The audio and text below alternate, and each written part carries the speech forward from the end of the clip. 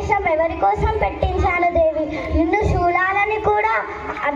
శూలాలని అరణ్యంలో విడిచిపెట్టమని చెప్పాను దేవి.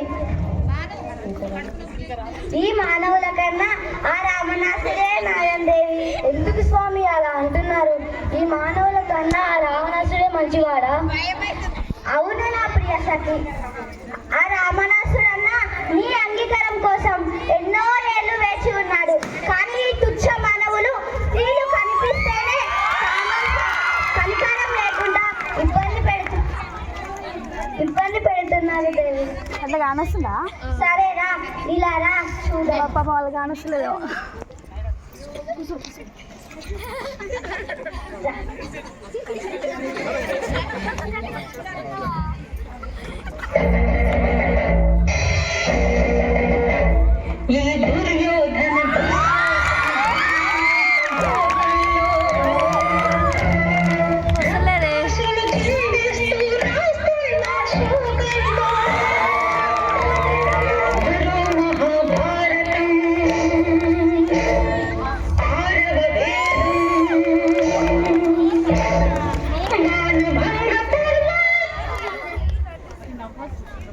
ఏంటి స్వామి ఈ అరాచకం?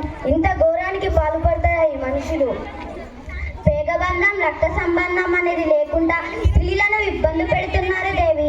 అలనాడు నువ్వు లక్ష్మణుడితో అలా మాట్లాడిన మాటలు బాధ కలిగి నీ కాళ్ళకు నమస్కరించాడు కదా దేవి. అవును స్వామి,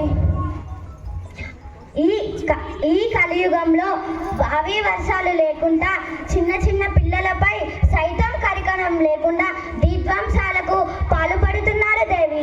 అందుకే నువ్వు భూలోకం అనగానే సంశయించాను దేవి. నన్ను క్షమించండి స్వామి.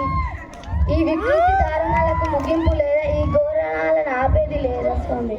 ఉంది దేవి పరిష్కారం. ప్రతి కలియుగంలో ఏదో ఒక రూపం ధారిస్తూ దృష్టులను సంహరించుకుంటూ వచ్చాము కదా దేవి. ఈ కలియుగంలో మానవులకు మానవులే శిక్షించాలి దేవి. ఎలా స్వామి? ఉరి ఉరి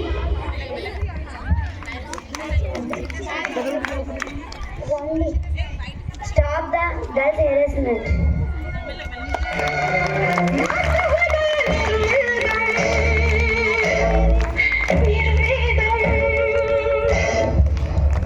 చాలా దగ్గరికి వెళ్ళండి.